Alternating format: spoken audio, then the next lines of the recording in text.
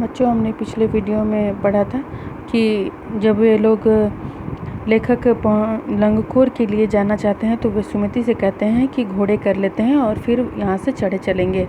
आगे देखिए। दूसरे दिन हम घोड़ों पर सवार होकर ऊपर की ओर चले। डांडे से पहले एक जगह चाय पी और दोपहर के वक्त डांडे के ऊपर जा पहुँचे। हम समुद्र तल से 17-18 हज़ार फीट ऊंचे खड़े थे। हमारी दक्षिण तरफ पूर्व से पश्चिम की ओर हिमालय के हजारों श्वेत शिखर चले गए थे। भीटे की ओर दिखने वाले पहाड़ बिल्कुल नंगे थे। न वहाँ बर्फ़ की सफ़ेदी थी, न किसी तरह की हरियाली। उत्तर की तरफ बहुत कम बर्फ़ वाली चोटियाँ दिखाई देती थीं। सर्वोच्च स्थान पर डांडे के देवता का स्थान था, जो पत्थरों से के ढेर, जानवरों के सींगों और रंग बिरंगे कपड़े की झंडियों से सजाया गया था। अब हमें बराबर उतराई पर चलना था। चढ़ाई तो कुछ दूर थोड़ी मुश्किल थी, लेकिन उतराई बिल्कुल नहीं। लेखक बताते हैं कि हम घोड़े पर सवार होकर डांडे से पहले एक जगह चाय पी और दोपहर के वक्त डांडे पहुंच गए। अब वे 17-18 हज़ार फीट की ऊंचाई पर थे समुद्र तल से, जहां वे बताते हैं कि हिमालय, जो कि बर्फ़ से ढका रहता है, उसकी जो शिखरें थी, जो बर्फ़ से ढकी थी, वो अब नहीं हैं। अब सिर्फ नंगे पहाड़ दिखाई दे रहे हैं, जहाँ न हरियाली है, ना ही बर्फ़ की सफ़ेदी। लेखक बताते हैं कि उसकी सर्वोच्च शिखर पर, डांडे के सर्वोच्च शिखर पर कुछ पत्थरों के ढेर और जानवरों, सींगों तथा रंग बिरंगे कपड़ों की झंडी दिखाई दे रही थी, जो कि उनके देवता का स्थान था। लेखक बताते हैं कि वहाँ चढ़ना तो थोड़ा मुश्किल था, लेकिन उतरना बिल्कुल नहीं, क्योंकि अब वे लोग ढलान पर उतरेंगे। शायद 2-1 और सवार साथी हमारे साथ चल रहे थे। मेरा घोड़ा कुछ धीमे चलने लगा। मैंने समझा कि चढ़ाई की थकावट के कारण ऐसा कर रहा है और उसे मारना नहीं चाहता था। धीरे धीरे वह बहुत पिछड़ गया। मैं दोनविकसतों की तरफ अपने घोड़े पर झूमता हुआ चला जा रहा था। लेखक बताते हैं कि उनका घोड़ा कुछ सुस्त था, धीमा धीमा चल रहा था। बाकी लोग जल्दी जल्दी निकल रहे थे। लेखक को लगा कि चढ़ाई चढ़ने की वजह से वह थक गया है और लेखक उसे मारना नहीं चाहते थे, इसलिए आराम से झूमते हुए चल रहे थे। जान नहीं पड़ता था कि घोड़ा आगे जा रहा है या पीछे। जब मैं जोर देने लगता तो वह और सुस्त पड़ जाता।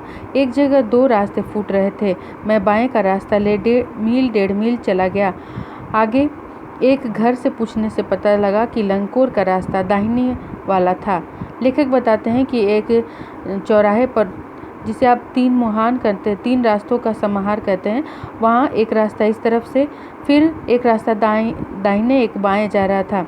तो लेखक जो हैं वह बिना पूछे आराम से बाएं वाले रास्ते में 1.5 मील तक चले गए, लेकिन जब आगे जाकर पूछा तो पता चला लंगकोर का रास्ता तो दाहिनी तरफ जाता था। फिर वो वापस लौटे और फिर वापस वहाँ से दाहिनी तरफ गए। 4-5 बजे के करीब मैं गांव से मील भर पर था तो सुमति इंतज़ार करते हुए मिला। मंगोलों का मुंह वैसे ही लाल होता है और वह पूरे गुस्से में था। उन्होंने कहा, मैं 2 टोकरी कंडे फूंक डाले, 3 बार चाय को गर्म किया। मैंने बहुत नरमी से जवाब दिया, लेकिन मेरा कसूर नहीं है मित्र। देख नहीं रहे हो कैसा घोड़ा मुझे मिला है? मैं तो रात तक पहुंचने की उम्मीद रखता था। लेखक का घोड़ा क्योंकि सुस्त था, धीरे धीरे चल रहा था, इसलिए बाकी लोगों से पिछड़ जाता है और ये लोग पिछड़ के दूसरे रास्ते में जाते हैं। फिर वापस लौटकर उस रास्ते तक पहुंचने में 2-3 घंटे लग जाते हैं उन्हें। वहाँ सुमति इंतज़ार कर रहा था। वह मंगोल का रहने वाला था, इसीलिए लेखक ने उसे मंगोली कहा है, जो गोरे चिट्टे होते हैं, लाल होते हैं, चेहरा लाल होता है। लेखक बताते हैं कि मेरे न पहुंचने के गुस्से से वो उसका चेहरा और भी लाल हो गया था। उसने कहा कि क्योंकि वहाँ ठंड बहुत थी, इसलिए वह कंडे चलाकर वहाँ खड़ा था। कहा कि 2-3 टोकरी कंडे फूंक डाले हैं और 3 बार चाय को गर्म किया है। लेखक ने बहुत नरमी से जवाब दिया कि इसमें मेरा कोई कसूर नहीं है। मैं तो सोच रहा था कि जिस तरह मेरा घोड़ा चल रहा है उस तरह तो मैं रात तक पहुंचूंगा, लेकिन उम्मीद से पहले ही उसने मुझे पहुंचा दिया। खैर, सुमति को जितनी जल्दी गुस्सा आता था उतनी ही जल्दी वह ठंडा भी हो जाता था। लंगकोर में वह एक अच्छी जगह पर ठहरे थे। यहाँ भी उनके अच्छे यजमान थे। पहले चाय सत्तू खाया गया, रात को गर्मा गर्म थुक्पा मिला। लेखक बताते हैं कि हम जिसके घर में रह रहे थे वह सुमति का यजमान था। यजमान आप जानते हैं, पंडित जी जिनके यहाँ पूजा कराते हैं उन्हें यजमान कहा जाता है।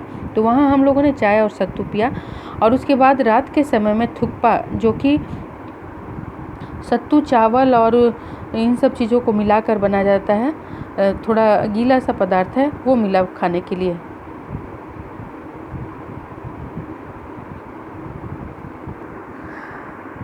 अब हम टिंगरी के विशाल मैदान में थे, जो पहाड़ों से घिरा टापू सा मालूम होता है, जिसमें दूर एक छोटी सी पहाड़ी मैदान के भीतर दिखाई पड़ती है।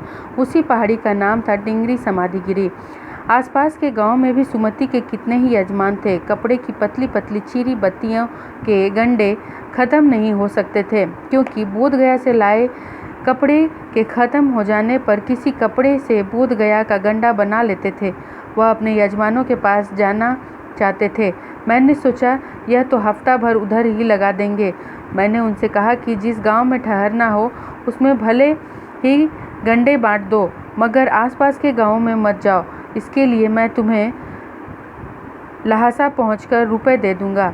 लेखक बताते हैं कि हम जिस जगह पर जा रहे थे वह टिंगरी जगह का नाम था और वहाँ पर एक समाधि स्थल था। वहाँ पर लेखक सुमति जो है, क्योंकि वह बौद्ध भिक्षु था, इसलिए उसके पास गंडे थे। गंडे एक प्रकार की पताका है जो कि वह बोधगया से लाया था। बोधगया आप लोग जानते हैं कि बौद्ध भिक्षुओं का धार्मिक स्थल है और यह जो कपड़ा है वह उन लोगों के लिए शुभ है। वह एक प्रकार से आप समझिए, जिस प्रकार हम धार्मिक स्थलों पर जाते हैं तो चुनरी को वहाँ की निशानी मानकर रख लेते हैं, उसी प्रकार गंडा भी एक कपड़ा है जो कि धार्मिक कपड़ा है, जिसे चीर कर फाड़ कर वो अपने यजमानों को देते थे। मैंने सोचा यह तो हफ्ता भर उधर ही लगा देंगे। मैंने उनसे कहा कि जिस गांव में ठहरना हो वहाँ पर गंडे बांट दो और कहीं मत जाओ, नहीं तो और समय लग जाएगा। मैं लहासा पहुंचकर इसके लिए आपको पैसे दूंगा। सुमति ने स्वीकार किया। दूसरे दिन हमने भरिया ढूंढने की कोशिश की, लेकिन कोई मिला नहीं। उन्होंने बाहर ढूंढने की कोशिश की, कोई मिल जाता जो सामान ले जाए तो अच्छा होता। सवेरे ही चल देते तो अच्छा होता, लेकिन अब 10 से 11 बजे की तेज़ धूप में चलना पड़ रहा था। तिब्बत की धूप भी बहुत कड़ी मालूम होती है। यद्यपि थोड़े से भी मोटे कपड़े से सिर ढांक लें तो गर्मी खत्म हो जाती है। आप 2 बजे सूरज की ओर मुँह करके चल रहे हैं। ललाट धूप से जल रहा है और पीछे का कंधा बर्फ हो रहा है। फिर हमने पीठ पर अपनी चीज़ें लादी, डंडा हाथ में लिया और चल पड़े, क्योंकि उन लोगों को चढ़ना उतरना, चढ़ाई उतराई करना पड़ता था, इसीलिए वो लोग डंडे हाथ में लिए थे। लेखक वहाँ बताते हैं कि हमने बाहर कोई ऐसा व्यक्ति ढूंढने की कोशिश की जो हमारे भार को ढो दे, तो ऐसा व्यक्ति मिला नहीं। इसलिए अब तो 2 बजे दिन के समय में हम चल रहे हैं और सूरज की तरफ चल रहे हैं, पूर्व दिशा में चल रहे हैं, पश्चिम दिशा में चल रहे हैं, क्योंकि अब सूर्य अस्ताचल होने के लिए 2 बज गए हैं। तो सर के ऊपर तो नहीं है, लेकिन जिस तरफ हम चल रहे हैं उस तरफ सामने सूर्य दिखाई दे रहा है और उसकी गर्मी से सर जल रहा है, सामने का माथा जल रहा है, और पीछे जिस तरफ धूप नहीं लग रही है उस तरफ ठंड लग रही है। यद्यपि सुमति के परिचित टिंगरी में भी थे, लेकिन वह एक और यजमान से मिलना चाहते थे, इसलिए आदमी मिलने का बहाना कर शिखर विहार की ओर चलने के लिए कहा। तिब्बत की ज़मीन बहुत अधिक छोटे छोटे जागीरदारों में बटी है। इन जागीरों का बहुत ज़्यादा हिस्सा मठों के हाथ में है। अपनी अपनी जागीर में हर एक जागीरदार कुछ खेती खुद भी करता है। इसके लिए मजदूर बेगार में मिल जाते हैं। खेती का इंतज़ाम देखने के लिए वहाँ कोई बौद्ध भिक्षु भेजा जाता है, जो जागीर के आदमियों के लिए राजा के से कम नहीं होता। शिखर की खेती के मुखिया भिक्षु नमसे बड़े भद्र पुरुष थे। वह बहुत प्रेम से मिले। हालांकि उस वक्त मेरा वेश ऐसा नहीं था कि उन्हें कुछ भी ख्याल करना चाहिए था। यहाँ एक अच्छा मंदिर था जिसमें कंजूर बुद्ध अनुवाद की हस्तलिखित 103 पोथियाँ रखी हुई थी। मेरा आसन भी वहीं लगा। लेखक बताते हैं कि लंगूर पहुँचने से पहले शिखर विहार जगह का नाम था, वहाँ वे लोग जाना चाहते थे। सुमति जाना चाहता था। शेखर विहार के सामाजिक व्यवस्था के बारे में लेखक बताते हैं कि वहाँ के जो ज़मीन थी वो छोटे छोटे हिस्सों में बटी हुई थी और जागीरों को ज़्यादातर मठों, जहाँ बौद्ध भिक्षु रहते उसे मठ कहा जाता था, वे लोग देखते थे। और कुछ वे लोग बेगार पे मजदूर ले लेते थे, अर्थात पैसे देकर मजदूर ले लेते थे, और कुछ खुद भी खेती करते थे। और वहाँ के लोगों के लिए जो बौद्ध भिक्षु होते थे, जिन्हें नमसे कहा जाता था, वे किसी राजा से कम नहीं थे। वहीं पर एक भद्र पुरुष, वहाँ के मुखिया जो हैं वे बहुत भद्र पुरुष थे। वे एक बहुत अच्छे मंदिर में रहते थे। उसी मंदिर के बारे में उन्होंने बताया कि वहाँ पर बुद्ध के कहे हुए वचनों का अनुवाद जो है उसकी 103 पोथियाँ रखी है, हस्तलिखित पोथियाँ, जो कि हाथ से लिखी गई हैं। एक एक पोथी 15-15 शेर से कम नहीं रही होगी। सुमति ने फिर आसपास अपने यजमानों के पास जाने के बारे में पूछा। मैं अब पुस्तकों के भीतर था, इसलिए मैंने उन्हें जाने के लिए कह दिया। लेखक बताते हैं कि मुझे पढ़ने का मन था। इन पंक्ति से यही मालूम पड़ता है कि लेखक को उन बुद्ध वचनों को पढ़ने का बहुत मन था, इसलिए जब सुमति आसपास के यजमानों के पास जाने के लिए कहता है तो वे मान जाते हैं। लेखक को लगता है कि उन्हें समय लगेगा, तब तक मैं ये किताबें पढ़ लूँगा, लेकिन वो जल्दी ही लौट आते हैं। दूसरे दिन वह गए। मैंने समझा कि 2-3 दिन लगेंगे, लेकिन वह जल्दी ही उसी दिन दोपहर के बाद चले आए। तिंगरी गांव वहां से बहुत दूर नहीं था।